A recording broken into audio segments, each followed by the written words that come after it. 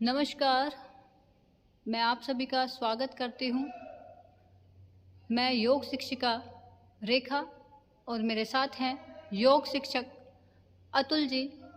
आज centre for meditation and yoga sciences के द्वारा आयोजित टेली योग में हम आप सभी का स्वागत करते हैं। आज का जो हमारा योगा का सेशन है वो सामान्य जन के लिए है, पर मैं इसको शुरू करने से पहले आप सभी से निवेदन करना चाहूँगी कि अगर आपको लगता है आप ये क्रिया या आसन करने में सक्षम नहीं हैं तो कृपया आप इनका अभ्यास ना कीजिएगा। चलिए आज का अभ्यास हम शुरू करते हैं। सबसे पहले हम सूक्ष्म व्यायाम से शुरुआत करेंगे। सबसे पहले जो हमारा सूक्ष्म व्यायाम है वो है मेधा शक्ति विकासक। इसमें सबसे पहले हम सम स्थिति में खड़े हो जाएंगे। पैर और हाथ हमारे मिले होंगे, सटे होंगे शरीर से। आंखें अभी के लिए सामने। अब जो आज का अभ्यास है मेधा शक्ति विकासक, इसमें हमें अपनी ठुड्डी को कंठकूप में लगाना है और उसके बाद हमें वेगपूर्वक श्वास लेना है और छोड़ना है।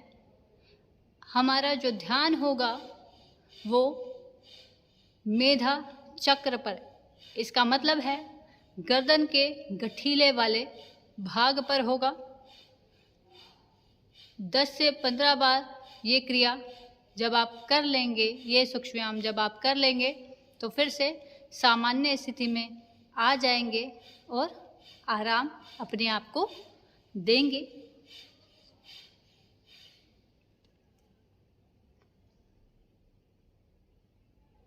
अगर इसकी सावधानी की मैं बात करूं, उच्च रक्तचाप, सिर में दर्द या चक्कर आने जैसी समस्या पे आप इसका अभ्यास ना करें, या किन्हीं को गर्दन में दर्द है वो भी इसका अभ्यास ना करें। लाभ की अगर हम मेधा शक्ति विकासक की बात करें, ये तनाव के लिए बहुत ही उपयोगी लाभकारी माना गया है। इस क्रिया से जो मेधा स्थान में कफ है उसका विनाश होता है। चलिए अब हम ऐसे ही दूसरे सूक्ष्म व्यायाम की ओर आगे बढ़ते हैं। दूसरा जो हमारा सूक्ष्म व्यायाम है वो है उदर शक्ति विकासक। उदर शक्ति विकासक में भी 2 क्रिया हैं, इसको 2 भागों में बांटा गया है। तो हम पहले वाली क्रिया करेंगे। सर थोड़ा आप साइड से भी दिखा दीजिए। सबसे पहले हम पैर और हाथों को सम स्थिति में ही हम खड़े हो जाएंगे मिलाकर। अब अपने हाथों को हम कमर पे रख लेंगे, अंगूठा आगे, उंगलियां पीछे की तरफ। श्वास भरेंगे और श्वास छोड़ते हुए हम आगे की ओर झुक जाएंगे। अब जब हम श्वास लेंगे पेट फूलेगा, जब हम सांस छोड़ेंगे पेट पिचक जाएगा। और ये हमें थोड़ा वेगपूर्वक, इट मीन्स थोड़ा जल्दी करना है साउंड के साथ।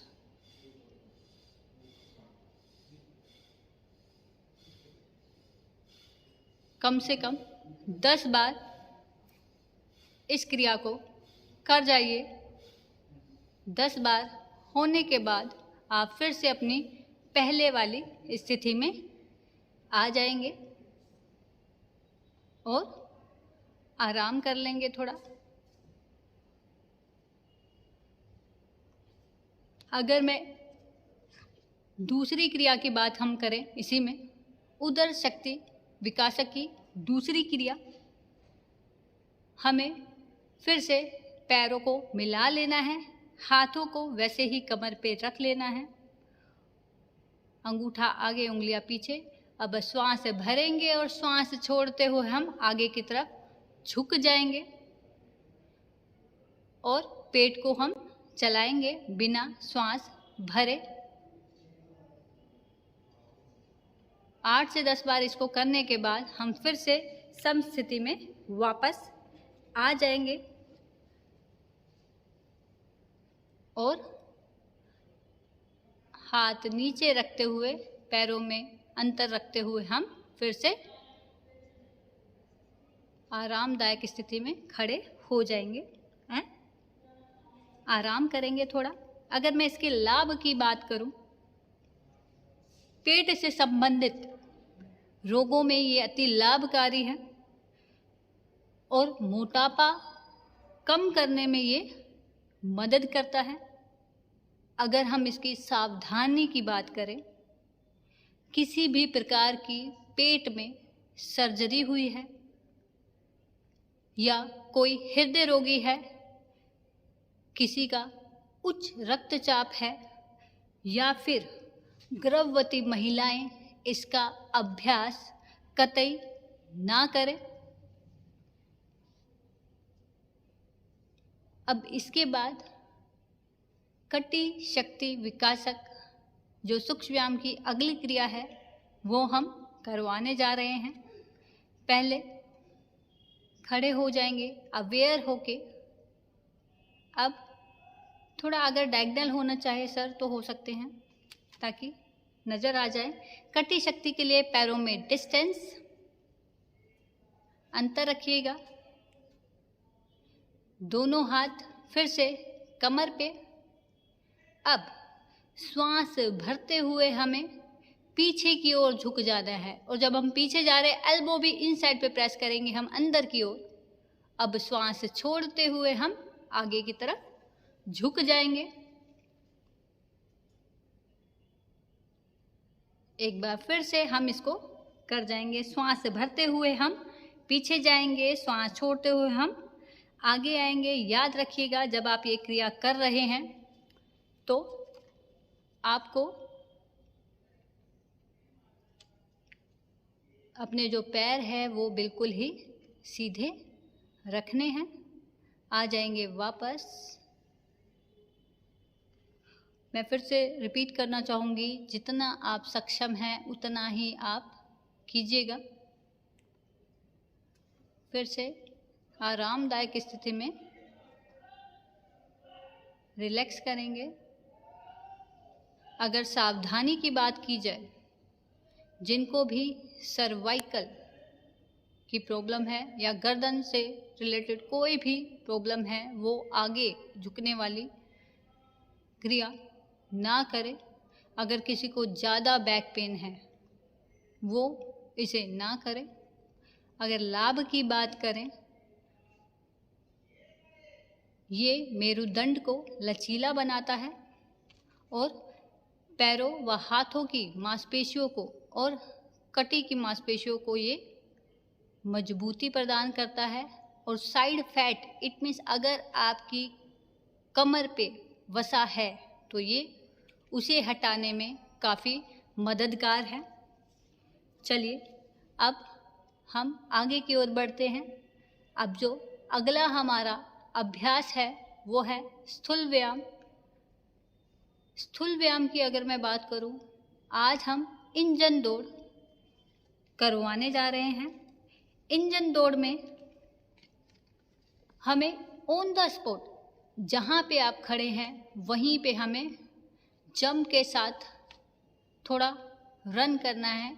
इट मीन्स जहाँ पे भी हम खड़े हैं वहाँ पे थोड़ा भागते हुए हमें एड़ी को हिप से लगाते हुए हमें श्वास लेना है, छोड़ना है विद हैंड्स मूवमेंट। चलिए सबसे पहले अपनी मुट्ठी बंद कर लीजिए, अंगूठा अंदर, उंगलियां बाहर। अब बाएं हाथ को अपनी कोहनी से मोड़ते हुए साइड में चिपका लेंगे और जो आपका दायां हाथ है वो सामने छाती की तरफ होगा, बिल्कुल सीधा। नज़रें आपकी सामने, गर्दन आपकी सामने। जो पैर आपने मोड़ना है वो वही वाला आप मोड़ेंगे जो आपने हाथ मोड़ा हुआ है। इसका मतलब है बायां ही आपको पैर मोड़ के रखना है। अब श्वास भरते हुए, जैसे आपने कुछ हाथ में बेल्ट नुमा कोई चीज़ पकड़ी है, मूवमेंट करते हुए हाथ और पैरों की आप श्वास लेंगे और छोड़ेंगे। कर जाइए। एड़ी नितंबों से लगती हुई एक ही जगह पे आपको ये रहते हुए क्रिया को करना है। इंजन दौड़ या हृदय गति इसको बोला गया है। जब हो जाएगा 15 से 20 बार,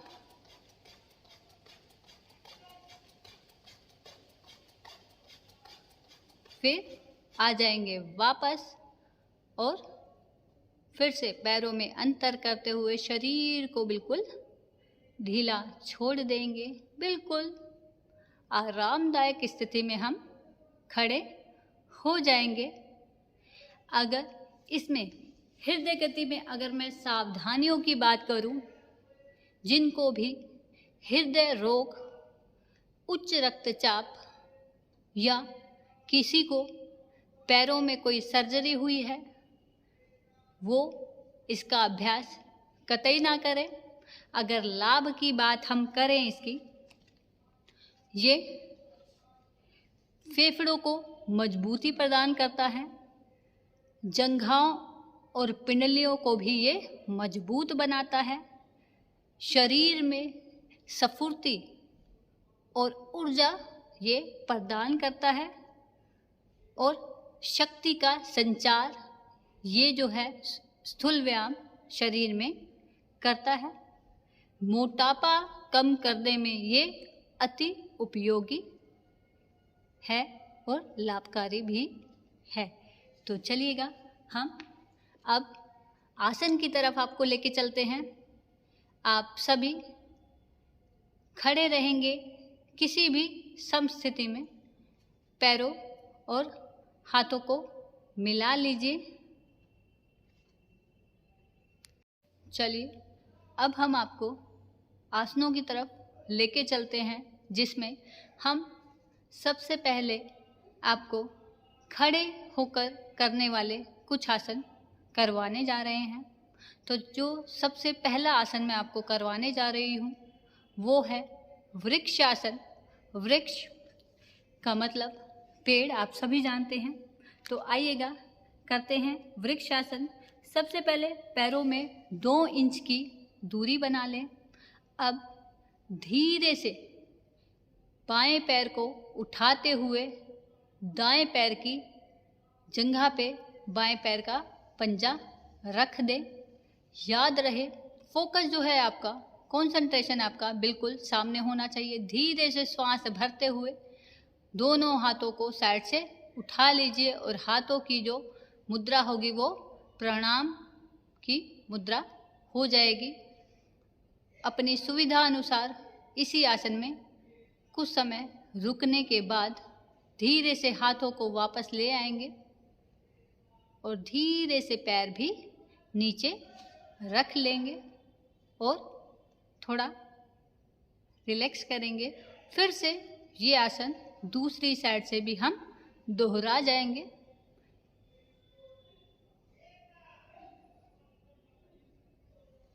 जब आप एक बिंदु पे सामने देखेंगे, आपका फोकस अपने आप ही स्वतः ही बन जाएगा। दोनों साइड से होने के बाद हम धीरे से आ जाएंगे वापस और रिलैक्स कर लेंगे। अगर इस आसन की मैं सावधानियों की बात करूं, जिनको भी घुटने में दर्द है, गठिया या अर्थराइटिस जिसको बोला जाता है, उसकी प्रॉब्लम है, उसका रोग है, वो इस आसन को बिल्कुल भी ना करें। चक्कर आने की स्थिति में इसका अभ्यास ना करें, या मोटापा अधिक है तो इसका अभ्यास वो बिल्कुल भी ना करें। लाभ की अगर बात की जाए, पैरों की मांसपेशियां इसमें मजबूत होती है, लंबाई बढ़ाने में ये सहायक है। पेट का जो वसा है यानी कि टमी फैट, इससे रिड्यूस होता है, हट जाता है। तनाव की समस्या को ये आसन दूर करता है और मांसपेशियों में ये मजबूती लाता है।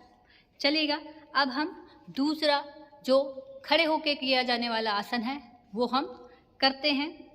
अगला आसन है अश्वत्थासन। अश्वत्थासन के लिए देखिए सर पहले ही थोड़ा, ताकि हमें नज़र आए सभी को। खड़े हो गए हैं।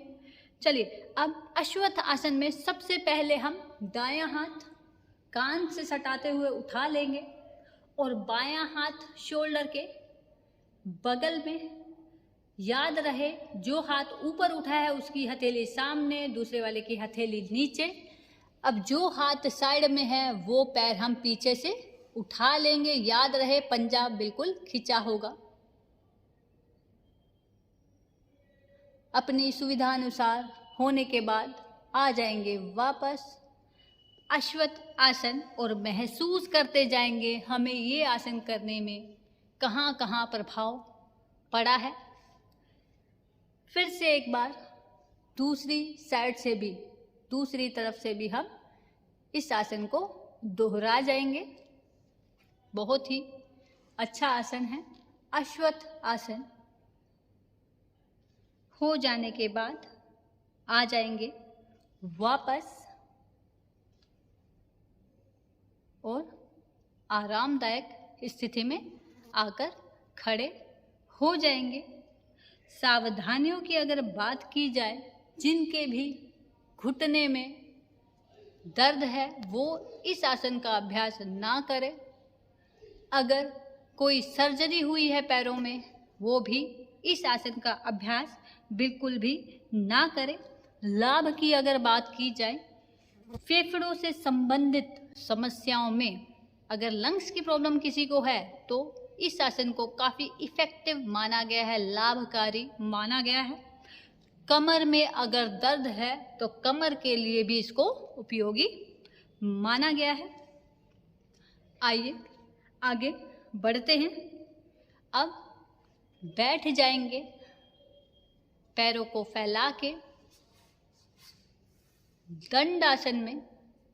मैं फिर से रिपीट कर दूं, दंडासन। दंडासन में हम डंडे की भांति, इसमें जो हमारा शरीर है वो तना होगा, पैरों के पंजे अंदर की तरफ, हाथ बिल्कुल सीधे, गर्दन सामने, मेरुदंड बिल्कुल सीधी। अगला जो आसन है वो है जानु शिरासन। जानु शिरासन की अगर बात की जाए, सबसे पहले हम बाएं पैर को घुटने से मोड़ लेंगे और दाएं पैर के जंघा की साइड पे रख देंगे। अब दोनों हाथों को श्वास से भरते हुए उठाएंगे और धीरे से श्वास छोड़ते हुए अपने पंजे को पकड़ लेंगे। कोशिश कीजिए कोहनियाँ आपकी नीचे ज़मीन पे लगे और आपका माथा या आपकी जो है ठुड्डी वो आपके पैरों पे पूरी तरह लग जाए और आपका जो है कमर वाला भाग है वो बिल्कुल सीधा हो जाए। जानु शिरासन। कुछ समय रुकने के पश्चात धीरे से आ जाएंगे वापस। हाथों को उठा लीजिए और नीचे ले आइए। अब धीरे से पैर को फिर से सीधी अवस्था में रख लीजिए। यही आसन एक बार फिर से दूसरी तरफ से भी दोहरा लीजिएगा। अब दाहिने पैर को मोड़ के बाएं पैर के साइड पे रखेंगे, दोनों हाथों को उठाएंगे, श्वास भरेंगे, श्वास छोड़ते हुए जाएंगे नीचे और कुछ समय रुकने के बाद आ जाएंगे वापस। बहुत ही अच्छा आसन जानु शिरासन। अब पैरों में अंतर करते हुए दोनों हाथों को पीछे की तरफ रखते हुए रिलैक्स करेंगे। गर्दन बिल्कुल साइड में ढीली छोड़ देंगे। अगर सावधानियों की बात की जाए, घुटनों का अगर किसी को भी दर्द है, घुटनों में प्रॉब्लम है, नी में प्रॉब्लम है, तो वो इसका अभ्यास कतई ना करे। पीठ दर्द या पेट में अगर किसी को इंजरी है, घाव है, वो इसका अभ्यास बिल्कुल भी ना करें। हृदय रोगी, उच्च रक्तचाप वाले भी इसका अभ्यास कतई ना करें। अगर लाभ की बात की जाए, मोटापा, कब्ज, मधुमेह रोगों में ये अति लाभकारी है। रीढ़ की नसों एवं मांसपेशियों में ये रक्त संचार को बढ़ा देता है। चलिए अब आगे का अभ्यास बनाए रखते हुए हम अगले आसन की तरफ बढ़ते हैं। दोनों हाथों को एक साइड पे रखते हुए आ जाएंगे वज्रासन में।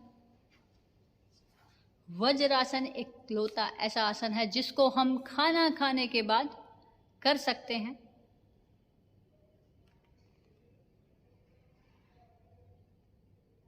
अगला जो आसन है उष्ट्रासन। धीरे से उठ जाएंगे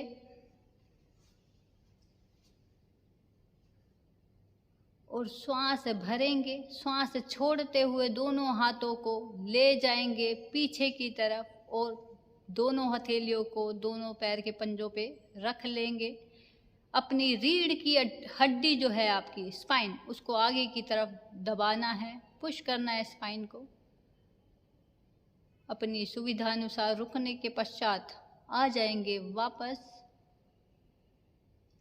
दोनों हाथों को और गर्दन को ले आएंगे, फिर से बैठ जाएंगे वज्रासन की स्थिति में और बिल्कुल शांत।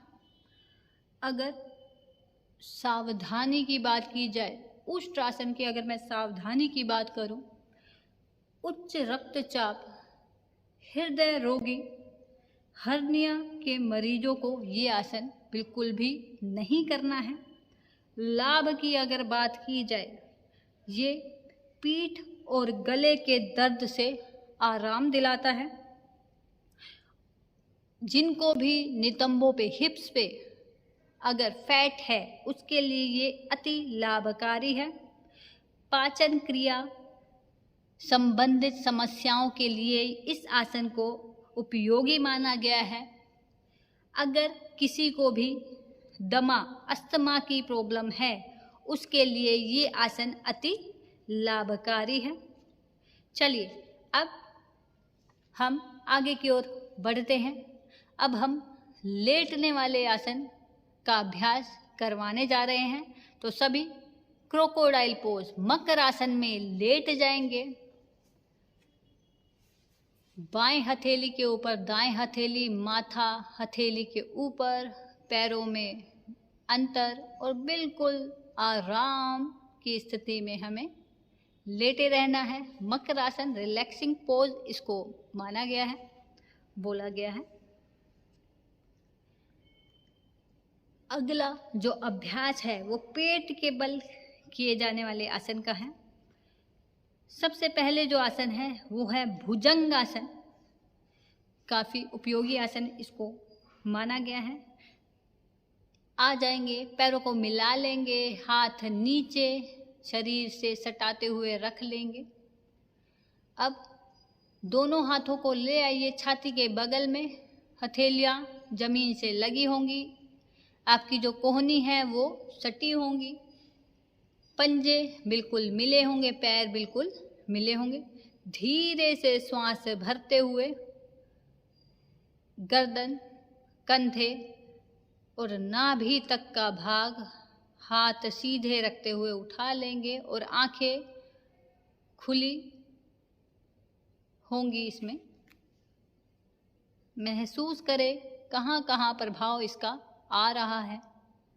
अब धीरे से वापस आएंगे, धीरे धीरे ले आइए अपने शरीर को वापस और फिर से चले जाएंगे मकरासन, क्रोकोडाइल पोज की पोजीशन में, स्थिति में।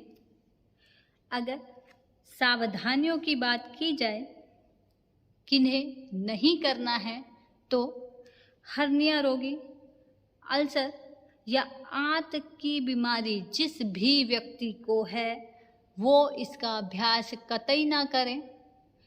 एक और बात मैं इसमें बोलना चाहूँगी, गर्भवती महिलाएं इस आसन का अभ्यास बिल्कुल भी ना करें। लाभ की अगर बात की जाए, पीठ दर्द के लिए बहुत ही उपयोगी आसन इसे माना गया है। दमा रोगियों के लिए, जिनको भी श्वास से रिलेटेड प्रॉब्लम है, उनके लिए अति उपयोगी। सर्वाइकल की अगर गर्दन से रिलेटेड अगर उनको दर्द है, पेन है, सर्वाइकल की अगर उनको प्रॉब्लम है, तो उसके लिए ये आसन अति लाभकारी है। और अनियमित मासिक धर्म को दूर करने में ये आसन बहुत ही उपयोगी है। इसके बाद हम करने जा रहे हैं जो अगला अभ्यास है हमारा, पर्वत आसन। पर्वतासन के लिए हम फिर से एक बार पैर मिला लेंगे, हाथ नीचे ले आएंगे। अब हम अपने आप को तैयार कर लेंगे पर्वतासन के लिए। कर जाएंगे एक बार पर्वत आसन। धीरे से दोनों हाथ रखे हैं, पैरों के जो उंगलियां हैं वो ज़मीन पे लगी होंगी, एड़ी बिल्कुल ज़मीन से सटी होगी। अपर जो आपका पोर्शन है, ऊपरी भाग, वो पूरा हाथों के बीच जाता हुआ अंदर की तरफ उसको खींचना है। बहुत ही अच्छा पर्वतासन। अब धीरे से आ जाएंगे वापस। बहुत ही अच्छा आसन पर्वतासन। जिनको भी कोई सर्जरी हुई है, अगर सावधानी की बात की जाए, जिनको भी हाथों से रिलेटेड कोई प्रॉब्लम है, हाथों में अगर उनके दर्द है ज़्यादा, या पैरों में कोई सर्जरी हुई है, हाथों में कोई सर्जरी हुई है, वो इस आसन का अभ्यास ना करें। लाभ की अगर बात की जाए, ये शरीर की मांसपेशियों को मजबूती प्रदान करता है। कुछ समय के लिए इसी स्थिति में बने रहेंगे।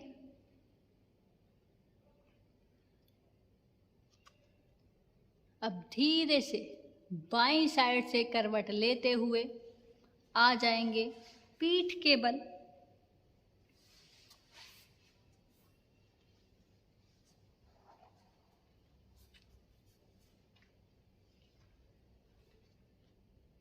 और शवासन थोड़ी देर के लिए रखेंगे ताकि हम थोड़ा रिलैक्स हो जाए। मैं फिर से एक बात इसमें बताना चाहूँगी आप सभी को, आपको अपनी सुविधा अनुसार ही योग अभ्यास करना है। ये नहीं है आप जल्दबाजी ना दिखाएं। कोई भी क्रिया या कोई भी आसन, कोई भी अभ्यास करने में आप ज़्यादा जल्दी ना दिखाएं। अगला जो आसन है वो पीठ के बल किया जाने वाला आसन है, अर्ध हलासन। बहुत ही अच्छा आसन। सबसे पहले पीठ के बल से लेट गए हैं, दोनों हाथ और पैरों को मिला लिया है। अब हाथों की जो हथेली होगी वो ज़मीन की तरफ होगी, आंखें हमारी खुली होगी, गर्दन हमारी बिल्कुल सीधी।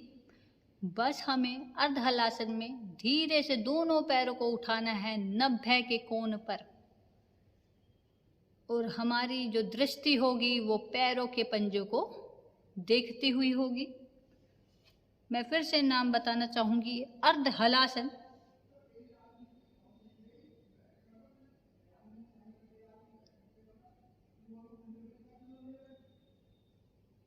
अब थोड़ी देर रुकने के पश्चात धीरे धीरे आ जाएंगे वापस।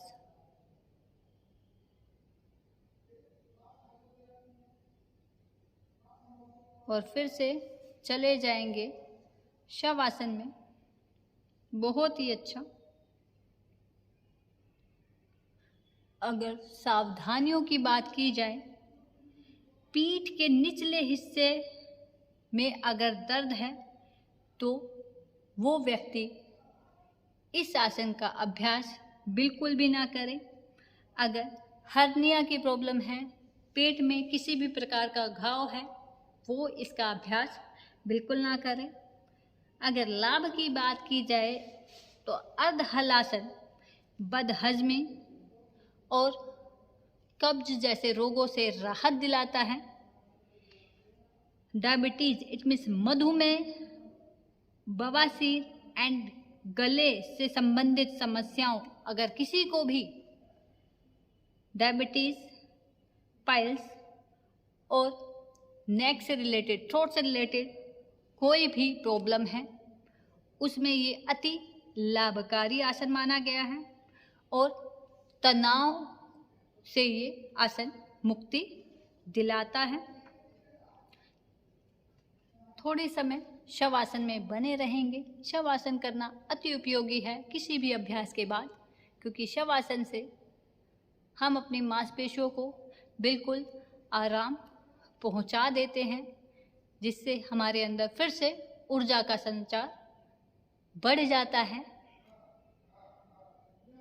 आइए अब फिर से हम आगे के अभ्यास को करते हैं। अगला जो हमारा अभ्यास है वो है पवन मुक्तासन। इसके लिए हमें फिर से पैरों को मिलाना होगा और हाथों को भी अपने शरीर के पास ही रखना होगा। गर्दन हमारी बिल्कुल सीधी, आंखें हमारी खुली। अब धीरे से हम घुटनों से मोड़ते हुए पैरों को अपने हाथों से पकड़ लेंगे, वरना तो आप उंगलियां फंसा सकते हैं या फिर अपनी एल्बो से भी आप आपस में एल्बो को पकड़ सकते हैं, जैसी भी आपकी सुविधा हो। धीरे से अपनी गर्दन को उठाइए और रख दीजिए दोनों घुटनों के बीच में। आपकी नाक या अगर हो सके तो अपना माथा आप रख दीजिए। पंजे आपके नीचे की तरफ खींचे होंगे। पवन मुक्तासन। अपनी सुविधा अनुसार रुकेगा जितना हो सके। अब धीरे से गर्दन वापस, हाथों को छोड़ते हुए पैर बिल्कुल सीधे, और फिर से चले जाएंगे शवासन में। अगर सावधानियों की बात करें, पेट संबंधित रोग अगर किसी को है, मैं फिर से रिपीट कर दूं, अगर किसी को पेट संबंधित रोग है और हर्निया किसी को है, साइटिका किसी को है या तीव्र पीठ दर्द है, वो इस आसन का अभ्यास बिल्कुल भी ना करें। गर्भवती महिलाएं इस आसन का अभ्यास कतई ना करें। अगर किसी को गर्दन में दर्द है तो वो गर्दन ना उठाएं। लाभ की अगर बात की जाए, अगर किसी को कॉन्स्टिपेशन, कब्ज अगर किसी को है, ऐसी स्थिति में ये आसन अति उपयोगी है। ये वात से राहत दिलाता है। अगर किसी को गैस्ट्रिक प्रॉब्लम है, जैसा कि इसके नाम में ही है पवन मुक्त आसन, पवन को मुक्त करने वाला आसन ये है। अगर किसी को गैस्ट्रिक की समस्या है उसके लिए अति लाभकारी आसन है। पाचन क्रिया में ये अति सहायक है, लाभकारी है। कटी क्षेत्र की मांसपेशियों से रिलेटेड अगर कुछ भी आपको समस्या है उसके लिए भी ये लाभकारी है। कुछ समय शवासन में रुकने के बाद अब हम इस सत्र को समाप्त करना चाहेंगे। हम सभी धीरे से बाईं ओर से उठते हुए बैठ जाएंगे किसी भी सुखासन में।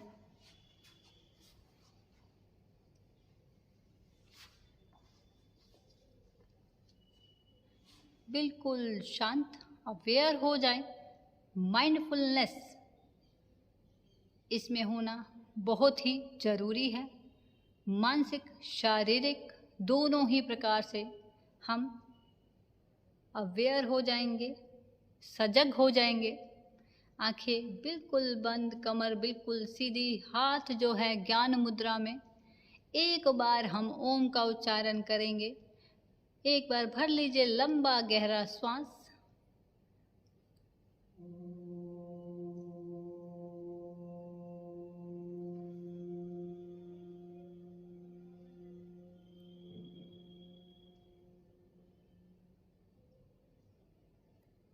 दोनों हाथों को ज्ञान मुद्रा से हटाते हुए हथेलियों को रगड़ लीजिए आपस में। आंखों पे रख लीजिए कप बनाते हुए और धीरे आंखों को खोलेंगे। और आज का जो हम सत्र लेके आए थे उसका हम अब समापन करते हैं, उसको आज हम समाप्त करते हैं। पर हम फिर से एक नया सत्र आपके लिए लेके आएंगे। आपसे बस मैं यही निवेदन करना चाहूँगी, अगर आपने हमारा YouTube चैनल नहीं सब्सक्राइब किया है तो प्लीज़ सब्सक्राइब कीजिए, लाइक कीजिए, कमेंट कीजिए एंड शेयर भी कीजिए। चलिए, आप सभी का बहुत बहुत धन्यवाद। नमस्कार।